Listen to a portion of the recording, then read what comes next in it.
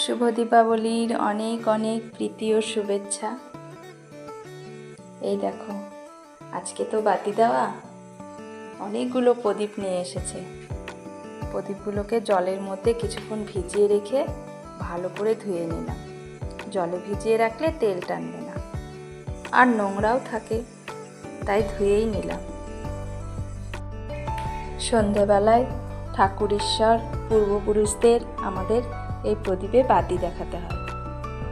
এতগুলো লাগবে না, কিছুটা সাজানোর জন্য। প্রদীপগুলো ধোয়ার পর আরও একটা কাজ আছে,